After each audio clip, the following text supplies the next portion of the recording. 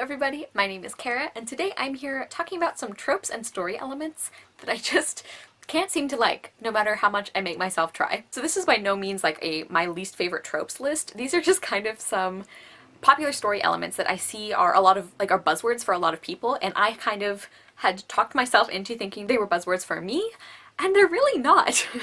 Like, I definitely still have examples of these tropes in books that I have really enjoyed, but they're not really something that instantly pique my interest like I know they do for a lot of people, and like I kind of thought they had been for me for a long time. That sentence didn't make sense, but we're gonna go with it. So starting off with a bang here, we have assassins.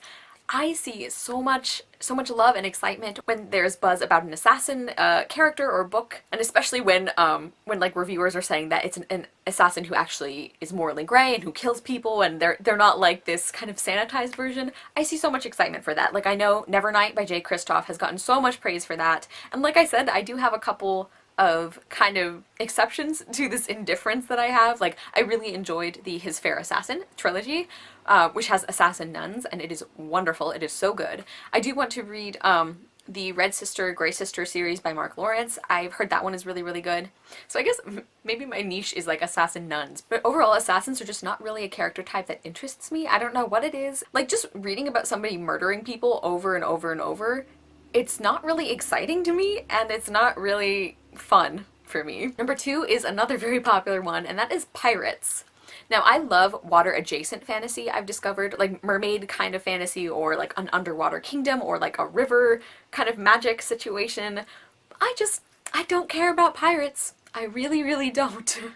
Because I've basically discovered that a pirate book is basically just the same as a really long-ass road trip book, and it just happens to be on the water. And you guys know, because I complain about this all the time, I do not like journey books. Like, in general, there are, again, a couple of exceptions, but like, I just get super bored if all we're doing is following characters like setting up camp and like moving from place to place, and like you have this goal in mind, but we just have to sit there and look at every campfire on the way.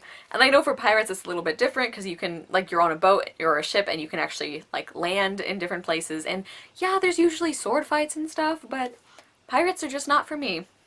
And it was really To Kill a Kingdom by Alexander Christo, and which was like not an awful book, some of it was okay, and House of a Thousand Winds, something like that, by Mercedes Lackey and James Mallory. Those were kind of the books that convinced me this was not really as exciting as I thought it was for me. Next on my list is kind of an iffy one, and that is the unreliable narrator trope.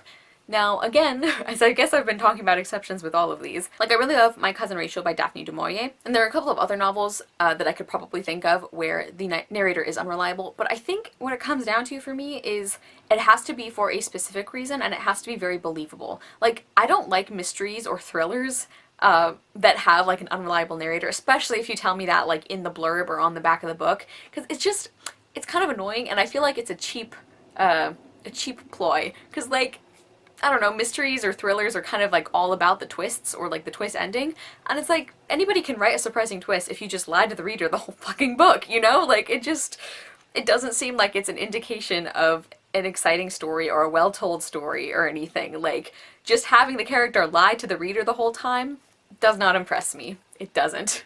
And the last one I'm going to talk about today is, I think, even more specific than all of these others, and that is the historical fiction rich girl who just wants more from life than pretty dresses. And on the surface, this is not, it doesn't sound like something I should have a problem with. Like, yes, I am all for like smashing gender roles and, you know, going after what you want and everything.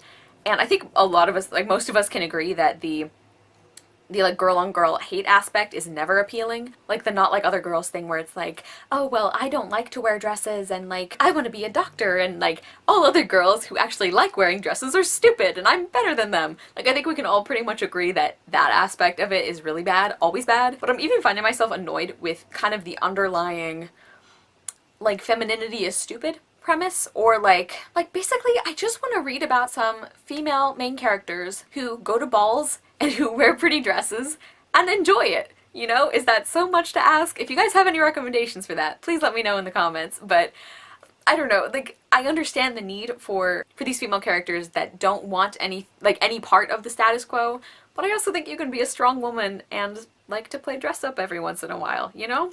Okay, you guys, so those are some of my tropes that I just kept trying to make myself like for some reason. I guess because they were popular and they sounded like they would be appealing, but ultimately, I think they're just not for me, and that's okay. So let me know if you guys have any tropes like this. Maybe they're really popular ones, or maybe they're not, but they're just ones that, for whatever reason, you thought you would like, and you kept trying to make yourself like them, and it just didn't work. And also let me know if you agreed with any of these that I talked about. Thank you guys so much for watching. I will see you soon with another video, and I hope you love the next book you read. Bye!